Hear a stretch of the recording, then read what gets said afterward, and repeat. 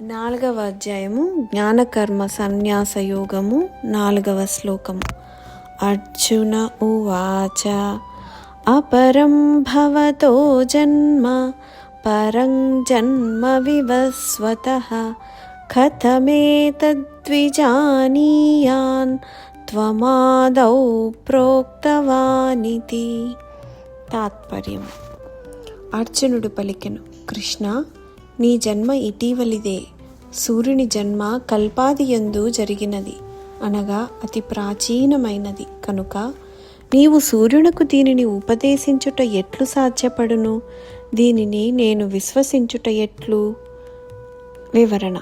అర్జునుడు తన సందేహాన్ని ఈ విధంగా వ్యక్తం చేశాడు. సూర్యుడు కల్పాదిగా ఉన్నాడు. ఈ జన్మ ఇటీవలది. నీ జన్మ ఇటీవలది. ఎందుకంటే నీవు నాకన్నా కేవలం 4-5 పెద్దవాడివి. మరి నీవు సూర్యుడికి ఈ యోగాన్ని ఉపదేశించావన్న విషయాన్ని నేను ఏ విధంగా విశ్వసించగలను? అర్జునుడి ప్రశ్నకు శ్రీకృష్ణుడు చిరునవ్వుతో ఈ విధంగా సమాధానం చెప్పాడు. శ్రీ భగవానువాచ. 5వ శ్లోకము. బహూని మే వ్యతీతాని జన్మాని తవ చార్జున తాన్యహం వేద సర్వాణి నత్వం వేత్త పరంతప. తాత్పర్యము.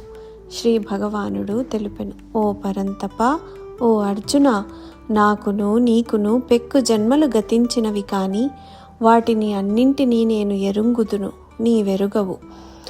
వివరణ. మనకి ఇద్దరికీ పెక్కు జన్మలు గతించినవి. వాటిని అన్నింటినీ నేను చక్కగా ఎరుగుదును, నీవు ఎరుగవు. పరమాత్ముడు మనకు జ్ఞాపక శక్తిని, మరుపును కూడా ఇచ్చాడు. మన శరీరాన్ని వదిలి మరొక శరీరాన్ని పొందినప్పుడు గత జన్మ స్మృతులు మనకు లేకుండా ఉండే వ్యవస్థని భగవంతుడు ఏర్పాటు చేశాడు. అది ఒక విధంగా మంచిదే. పూర్వజన్మలో మనకు శత్రువు ఎవరు, మిత్రుడు ఎవరు, ఇవన్నీ గుర్తుపెట్టుకోవడం చాలా గందరగోళానికి దారితీస్తుంది. శ్రీకృష్ణుడు పరోక్షంగా సనాతనము, శాశ్వతము అయిన ఆత్మను గురించి చెప్తున్నాడు. మనం ఇద్దరం అనాదిగా ఉన్నాం. ఆత్మ శాశ్వతమైనది. కేవలం ఒక శరీరాన్ని వదిలి మరొక శరీరాన్ని ధరిస్తూ ఉంటుంది.